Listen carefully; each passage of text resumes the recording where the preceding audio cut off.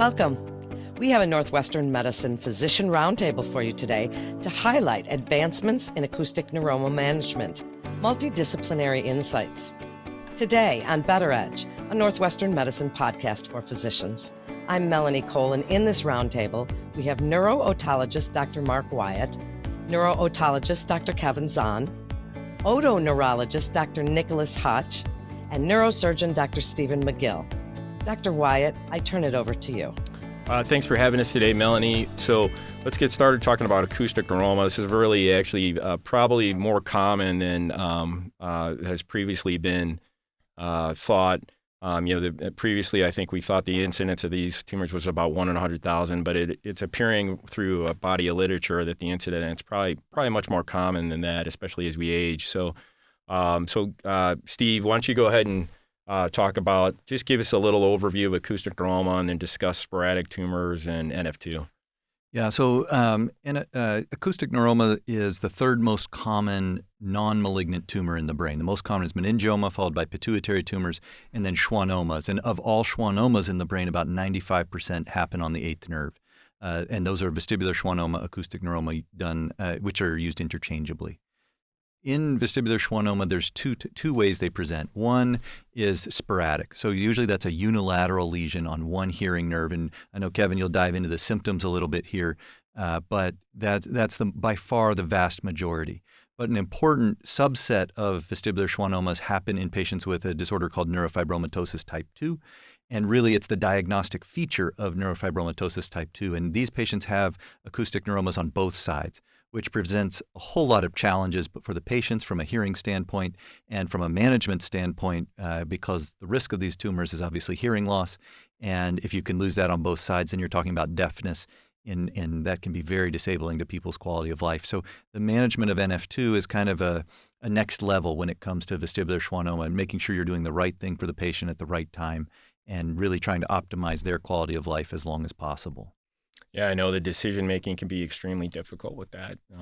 Kevin, next up, let's talk about some presenting symptoms for these patients. I mean, really, that's one of the key things we want to make sure that the audience understands. Yeah, just like Dr. McGill said, this is a tumor that grows on the eighth nerve, which is the hearing and balance nerve. And so most often patients will present with hearing and balance problems, right? So a lot of times they come to our clinics in an ENT clinic just with hearing complaints. They say that their ear is full, or they feel like they've had a sudden or a progressive hearing loss over a period of time, in that they have some ringing or buzzing sounds in their ear. We call that tinnitus. And so we will perform an audiogram, which is a hearing test, and we look for any kind of asymmetry or imbalance to that, and then we work that further up with an MRI, and sometimes we do discover these tumors. So those are, and then of course the balance symptoms as well. So dizziness, imbalance, vertigo, like the sensation that the room is moving or that you're moving in some way. Those are also presenting symptoms of vestibular schwannoma. And then of course, when tumors are really large and they're pushing up against the brainstem, patients might experience some, headaches and, facial numbness, as well as, vision changes, all these kind of things when the tumors are really, really big. So yeah, those are definitely bad signs if they're having acoustic neuroma and they have those sorts of symptoms. So just as a little, kind of like a little caveat, what do you think about ABR and the diagnosis of acoustic neuroma? I mean, what are your thoughts on that? Yeah, so ABR is a special type of hearing test called an auditory brainstem response. In the past, we used to use that more often when we look for an asymmetry to their hearing. But I think today I would say that the vast majority of physicians would favor just using an MRI to kind of I'd agree with definitively diagnose for vestibular schwannoma. ABR, there are some things that you can see on the specific type of hearing test, but at this point it's fairly antiquated. Yeah, I mean, there's definitely still uses for ABR in general across, the population that we take care of, but it's not the first test we typically go to when we're considering a tumor in the cerebellopontine angle. So, so the most common scenario when these patients are referred to us is typically there's hearing loss or tinnitus. They either present to ourselves or to an outside physician, primary care doctor. and then are referred to otolaryngologist, ear, nose, and throat physician. Typically undergo an audiogram, get the MRI as you mentioned, and then are referred to us. But there can be sometimes these tumors we'll find them incidentally. So, neurologists will find them incidentally in the workup for a variety of symptoms, and they'll get referred to us for because the tumor was identified. Typically, they're small in that case, and we'll work them up and talk to them about a variety of options that they have in the management of the tumor. But like you mentioned, headache can be a symptom of acoustic neuroma, although we don't want to overemphasize that. Really, the main symptoms that these patients have are hearing loss and tinnitus. That's how they present. Yeah. There's a few interesting cases, that I've seen recently. One of them was a patient of mine that actually I actually has a cholesteatoma, and I noticed that on his audiogram there was some sensory dysfunction of his inner ear, and I just happened to check I thought it would be a good idea to check an MRI, and he happened to have an acoustic neuroma on the same side of his cholesteatoma, which it's very unusual that something like that can happen, but occasionally it does. It's not the first time I've seen that. Furthermore, occasionally we actually have these patients that will present to the emergency department because of headache and like you mentioned, vision changes and that sort of thing. And it's Stephen, can you just talk about that? Yeah, I was going to say it's interesting Yeah. because I think when I think about presentation, by far the most common unilateral hearing loss through the ENT or neurotologist like you guys are. On the neurosurgery side, we see a lot of them that come when they get large. And when they get large, and it's interesting, sometimes the large ones don't have hearing loss, so they don't actually have that symptom, but the tumor grows to a size where it obstructs the flow of cerebrospinal fluid.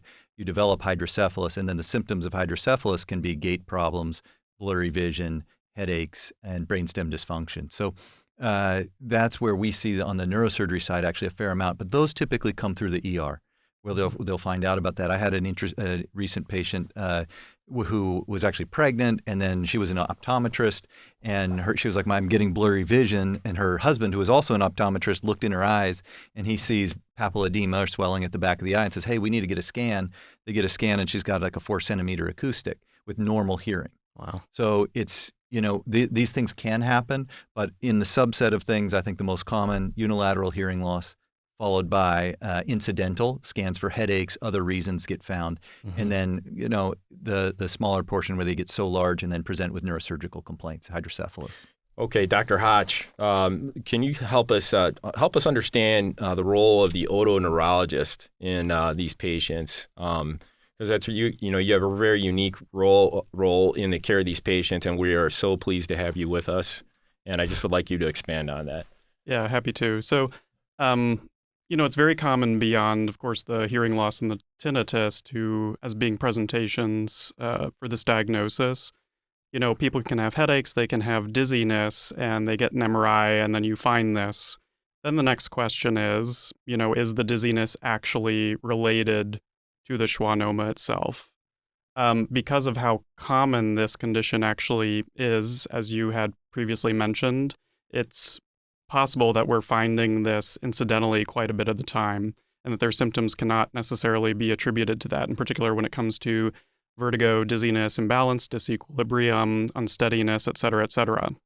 So a lot of what I do is I'm just very meticulous about gathering the history of the dizziness, imbalance, unsteadiness itself, about doing a physical exam to look for objective evidence of vestibular weakness on the one side that has the schwannoma, and trying to piece together whether or not these symptoms actually can be attributed to the schwannoma itself.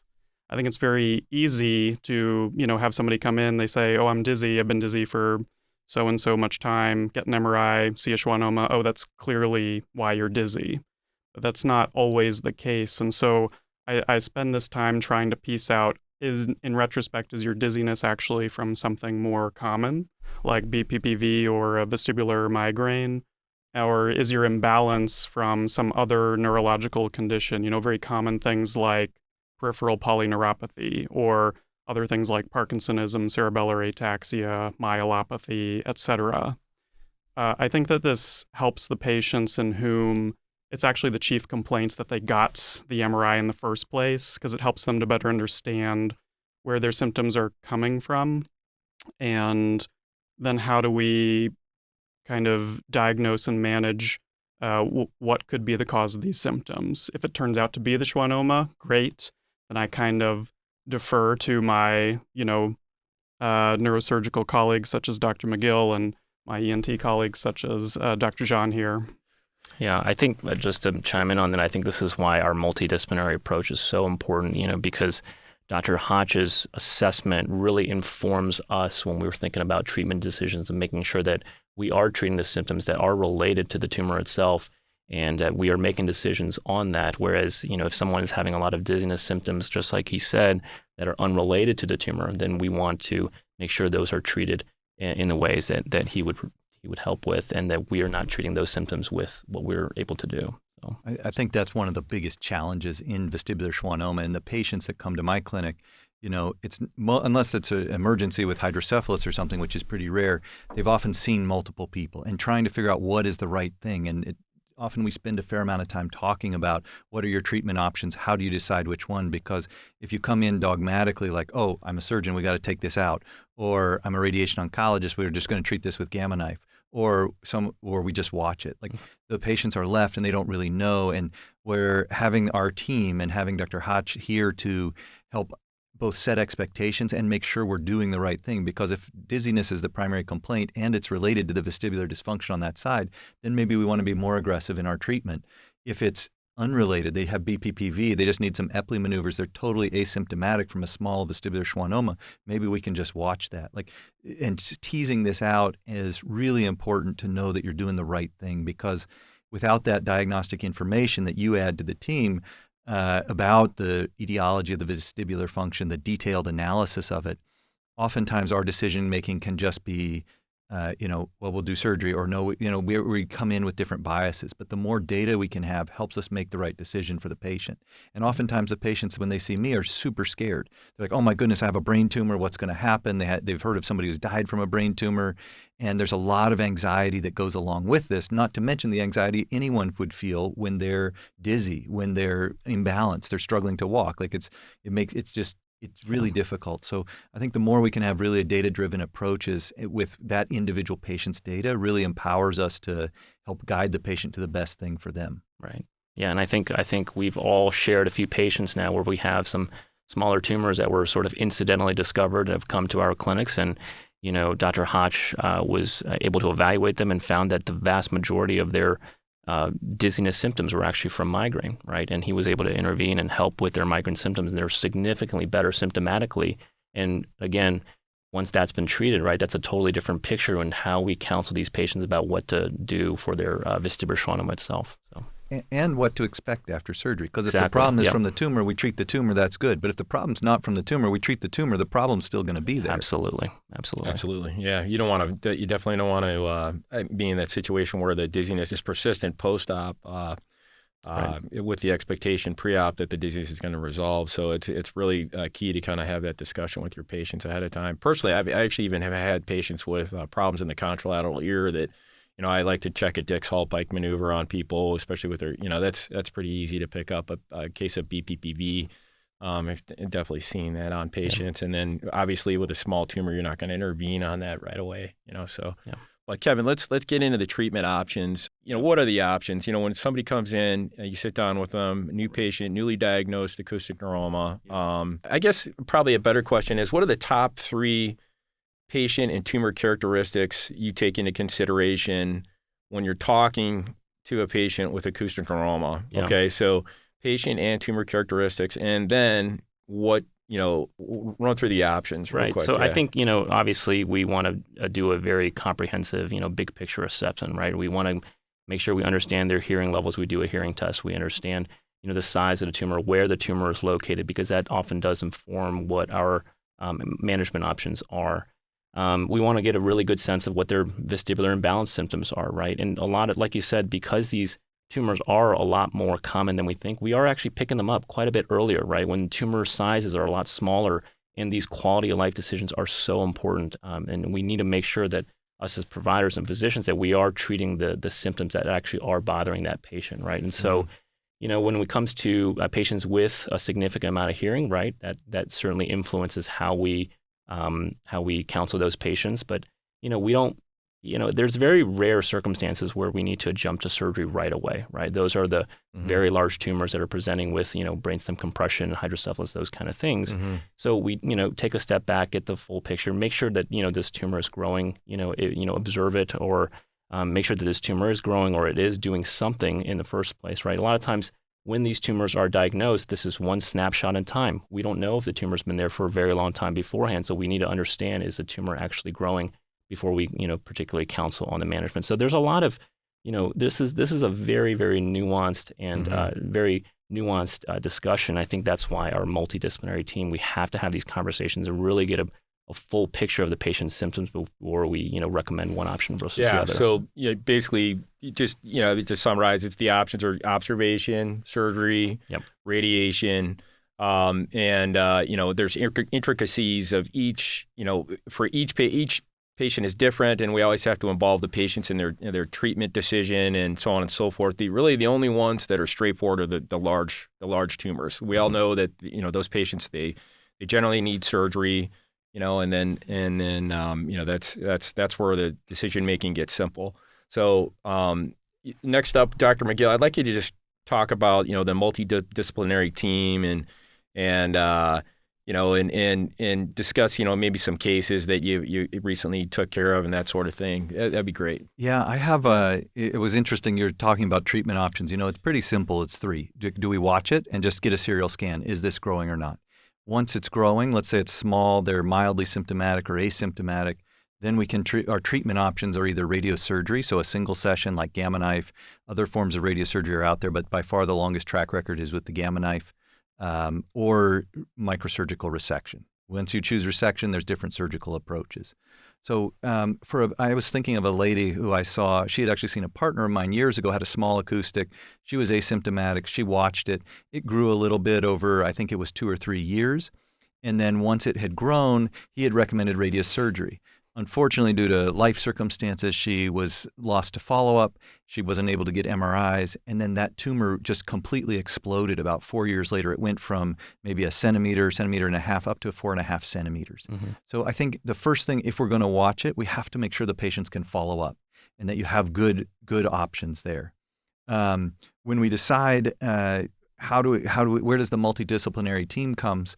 That's when we say, okay, you have a small acoustic. I can think of a case where we had an intracanalicular acoustic just in the internal auditory canal, about 8 millimeters. We watched it for a year. It actually grew to 12 millimeters, still all in the IAC. So no brainstem compression, mild hearing loss, no significant balance symptoms. What do we do for that patient? Well, that's when I say, hey, you need to see Dr. Hoch. Let's evaluate your vestibular function. Let's see Dr. Zahn. Let's evaluate your hearing, get the audiogram tested. You've lost some hearing. What sort of hearing recovery options do you have? You bring an expertise in that with hearing options that I don't have. You can help us understand the vestibular function. And then we can decide, do we keep watching it? No, it's growing, so we need to treat it. Do we take it out or treat with Gamma Knife? And that small intracanalicular acoustic, perfect case for Gamma Knife. Patient comes in for 1 day. They get an MRI. They're in the machine for 45 minutes or an hour, hour and a half, depending on the complexity of the shots and the plan, and goes home. No skin incision, no post-op recovery. And they generally do very well, 93% control at 10 years for growth. Just to kind of reflect on some of the points you just made there, though, I think it's important for the audience to just talk about the average growth rate for these tumors. In general, it's about 1 to 2 millimeters a year, but you can definitely have fast-growing tumors. That's a separate subset that's probably genetically different in these tumors, and I've seen patients like that as well. But yeah, that's really amazing. You said could you repeat that? It went from we'll cut in and over show a 4 picture years, here, but between over 4 years, it went from about 1.5 centimeters to a huge tumor compressing the brainstem 4.5 centimeters. Something totally changed. So typically, and it's very safe to watch them. Usually, if it's a new diagnosis, we'll get a 6-month scan, something like that. So you have some idea, is this a fast or slow growing? But the most are right, 1 to 2 millimeters. But then there will be some that will grow fast. And it's not something you go, oh, it didn't grow fast. We'll just get a scan in 4 years. It's like, usually we watch at least every year. So, we know that the options are observation, radiation, and surgery. As a surgeon, let's just, you guys had a great case recently. You were telling me about you had a really successful operation. It was a translab. Just go through that day. Tell me about the day, and so that people have an idea what that's like. Yeah, so once the patient decides for surgery, the two approaches would be a retrosigmoid or a translab. This patient had already lost hearing. That's kind of the biggest differentiator. If you've lost hearing, then a translab is okay because you can't recover hearing after that. The translab approach highlights our team-based work because at the start of the day, Dr. Zahn comes in, we put the patient to sleep. Patient goes, I go take care of stuff in the morning. Dr. Zahn sits down, drills for 2-3 hours, prepares that exposure. And a translab approach comes through the bone as opposed to having to go between the brain and the temporal bone. The translab approach comes through the bone. And so Dr. Zahn will develop that approach. After maybe 2 hours, I come in 11:30. I'm right at the tumor. And really the advantage for the patients that we chose the other day, his tumor was perfectly aligned for this approach. So we could see the tumor from stem to stern right at the beginning. It was all the way up, compressing the brainstem against the facial nerve. And with that exposure, then I come in and under the microscope, all this is microsurgery. I come in and then start debulking that tumor internally, resect the internal portion of the tumor so then we can start to look around it because these are balls that will obstruct your view. Once you can get around it, then I go to the brainstem and I'm looking for those cranial nerves. And this is really where preserving function becomes so important. So we find the lower nerves, the nerves for swallowing, cranial nerves 9, 10, 11 for the shoulder. Then I get to the brainstem, and that's really where we start to look for the eighth nerve root entry zone, where the facial nerve is coming off. And then with a translab, what was beautiful is once I found the facial nerve at the brainstem, we could then start to peel it.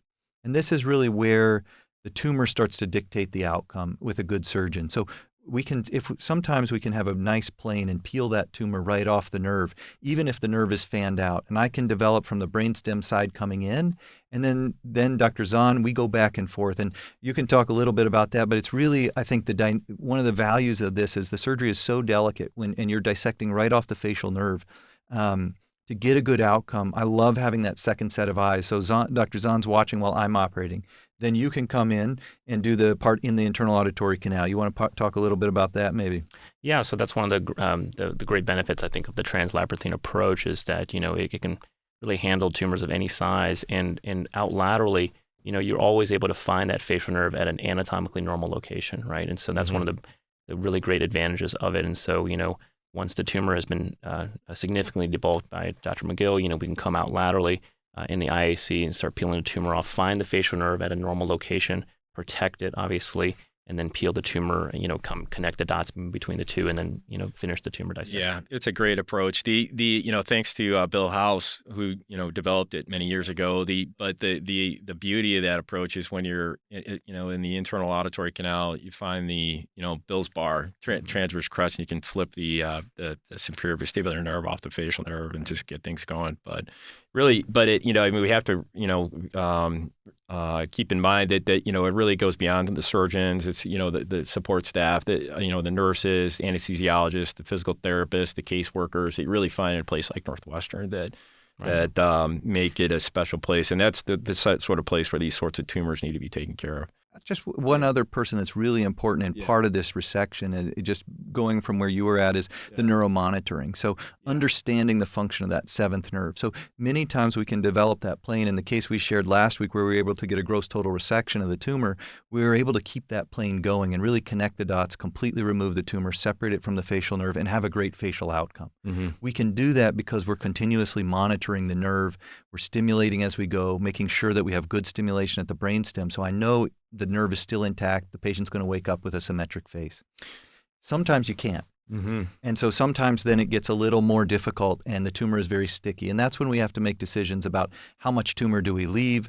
And you choose to leave just a small amount of tumor on the facial nerve.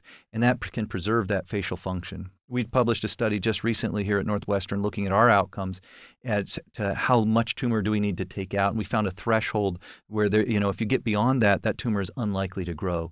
So we can use that kind of data that we're generating here because of our team working together, because of the experience we have as a group, as an institution, my partners, to really make sure that we're providing that care as best as possible, really maximizing what we can do with surgery. Yeah, and you have the resources to do that kind of work. really, Absolutely. which is key. The Kevin, I just want you to, something that's kind of relatively new to the field, and before we have to get in the discussion here, is can you just talk about cochlear implants? And cochlear implants in the area of, just acoustic neuroma in general. We have 3 phases or three options: observation, stereotactic radiosurgery, surgery. Just, without getting too extensive, I mean, you could probably give an hour-long talk on this, but just try to kind of summarize this for the audience. Yeah. Well, I think the first thing that we have to recognize is just how much of a disability it is. And certainly hearing loss in one ear, being deaf in one ear is a significant disability for patients, right? If you can't hear in one ear, you're going to have a lot of difficulty hearing in noisy situations, even in quiet situations. There are some significant safety considerations, right? Not being able to hear from one side, you can't hear when cars are coming in, from one area. If you sleep on your good side, you can't hear an alarm or a fire alarm or those kind of things. Yeah, it's been shown in hearing and noise, right? And localization that they're far superior to the other options that are available to patients. And patients have so much anxiety about their one remaining ear, right? Like, what if something happens to my good ear, and that provides a lot of, anxiety and stress and, and with hearing loss in one ear, you can have a lot of difficulty with, communicating with others, right? And at the workplace, job performance, your ability to socialize with others and connect with your family. So up until very recently in the United States, we did the FDA did approve cochlear implantation for one-sided deafness in adults. And that was in 2019, right? It's now given us this option where we can say, hey, you know what, in patients with vestibular schwannomas, this actually is a really good option for rehabilitation, improving their quality of life, right? So, an ideal candidate would be someone who, for example, has had a vestibular schwannoma for a long time. We know it's not growing. It's been demonstrated over many years that it's not growing, but they have significant hearing loss. Those are patients that could be excellent candidates for cochlear implantation to try to restore that hearing. What the cochlear ideally with a smaller tumor, ideally right? with a small tumor, absolutely. But if we know a tumor is not growing at all, right, over many, many, many years, then we know to understand that behavior. And you still can get an MRI, right? I Yes. mean, with a cochlear implant. Absolutely, in place. yeah. And you can, and that's also new too. And now we have cochlear implants that have MRI compatible magnets that we can still continue to monitor tumors. So this is really kind of a breakthrough in terms of What year was that? I forgot. I think was it 2019 also? Somewhere around there, yeah. But so prior to that, just for the audience, if you have a cochlear implant that was placed prior to 2019, MRI is contraindicated. And I don't want to get into it any beyond that, but after 2019, if it was implanted, all 3 companies have MRI-compatible cochlear implants. So go ahead, Yeah. So, and really comes down to, do you have a functioning cochlear nerve? And certainly if it's never been manipulated, like let's say you had a gamma knife radiosurgery or just strict observation, we know for sure that the cochlear nerve is fine. We can also do surgery as well, for these tumors and, preserve the cochlear nerve so that we can use a cochlear implant. So oftentimes it can be an option in the correctly selected patient. Right. So in all 3 options, observation, radiation, or surgery, we can incorporate a cochlear implant, but it's unique and it doesn't work for everybody. So you have to have an intact cochlear nerve, in the surgical patient. So small tumors that are growing, the patient has maybe symptoms from it, you want to remove it. You can actually simultaneously place a cochlear implant. You can stage the cochlear implant later. You can leave a dummy in the cochlea to preserve the cochlear lumen and come back and put the cochlear implant in. But so really and then of course a lot of patients with significant hearing loss have really bad tinnitus and buzzing sounds in their ear that can really affect their ability to, their quality of life and their sleep. And we know that a cochlear implantation in this population does help with that. So it ends up being relevant to brain health too, actually, because we know from studies that you lose a certain amount of hearing and you're predisposed to cognitive deficits years down the line.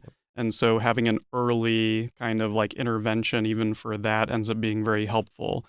Patients who also have hearing loss can develop all kinds of interesting neurological syndromes, this musical ear syndrome, this kind of almost Charles Bonnet presentation, but of hearing rather than of sight, where they're, hearing things that aren't there. And these things can be very debilitating. And by intervening on this earlier on, you're actually helping to prevent this stuff from developing later down the line too. Yeah, great point. I just like to emphasize the importance of a multidisciplinary team for our patients. It really goes beyond, just the surgeons and the neurologists are involved, nurses, an anesthesiologist, physical therapist, Physical caseworkers, therapy, so on and so forth. And just if you guys have anything to add, feel free to speak up. So. Yeah, I think, we mentioned physical therapy, and I wish we could spend more time talking about that, but they are such a key and critical part of this, right? And helping sure. our patients rehabilitate either before surgery or even after, or it's certainly after surgery.